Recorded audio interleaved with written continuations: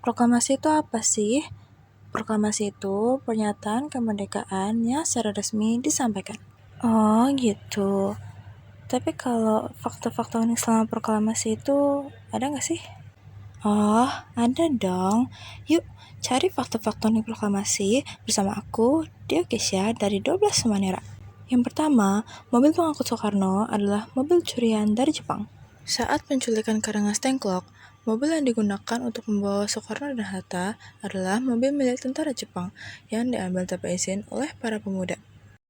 Yang kedua, Rumah Laksamana Maeda jadi tempat penyusunan teks proklamasi. Uniknya, penyusunan naskah proklamasi dilakukan di rumah perwira Jepang, yaitu Laksamana Tadashi Maeda, yang mendukung kemerdekaan Indonesia secara diam-diam. Yang ketiga, rapat raksasa dibatalkan karena alasan keamanan. Awalnya, proklamasi ingin diumumkan di lapangan Ikada, yang sekarang adalah Monas, agar rakyat bisa hadir secara langsung. Tapi karena situasi genting dan tentara Jepang masih bersenjata, acara dialihkan ke rumah pribadi Soekarno di Pegangsaan Timur nomor 56. Yang keempat, pengetikan naskah proklamasi dilakukan di tengah malam. Setelah perdebatan soal kalimat dan gaya bahasa, naskah ditulis tangan oleh Soekarno, lalu diketik sekitar jam 3 pagi oleh Saiti Milik. Artinya, teks yang mengubah sejarah Indonesia baru selesai beberapa jam sebelum dibacakan. Yang kelima, bendera merah putih hampir tidak jadi dijahit. Fatmawati, istri Bung Karno, saat itu sedang mengandung dan dalam kondisi lelah karena urusan rumah tangga. Meskipun begitu, ia tetap menjahit 2 kain, satu merah dan satu putih, yang kemudian menjadi sangsaka merah putih pertama. Yang keenam, hanya segelintir orang yang hadir saat proklamasi. Total orang yang hadir di rumah Soekarno saat pembacaan proklamasi diperkirakan 500 orang, dan semuanya datang karena diberitahu dari mulut ke mulut atau kebetulan lewat. Tidak ada undangan resmi, spanduk, atau pengeras suara besar. Yang ketujuh, naskah proklamasi asli hampir saja dibuang.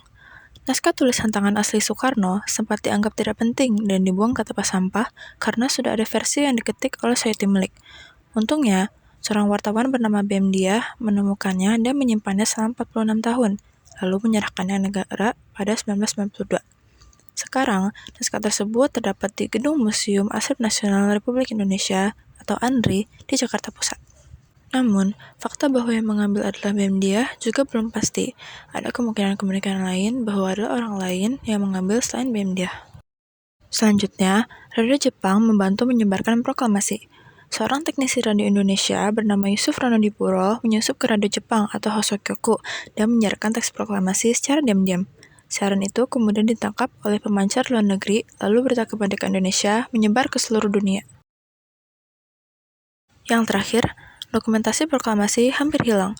Fotografer Frans Mendor berhasil menangkap momen proklamasi kemerdekaan Indonesia dan menyembunyikan film negatif tersebut di bawah pohon untuk menghindari penyataan oleh Jepang.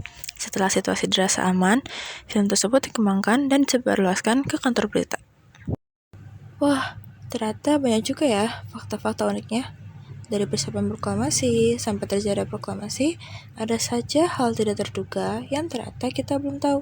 Benar tuh, ternyata sejarah tidak semembosankan itu.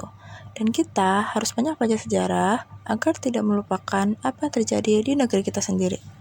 Segitu aja dari aku, Dekesha dari 12 Semanera. Terima kasih dan bye-bye.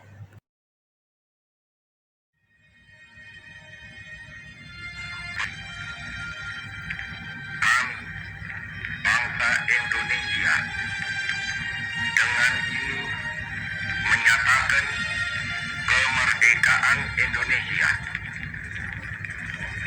Hal-hal yang mengenai pemindahan kekuasaan dan lain-lain diselenggarakan dengan cara saksama dan dalam tempo yang sesingkat-singkatnya. Jakarta, 17 Agustus 1945, atas nama bangsa Indonesia, Soekarno, Hatta.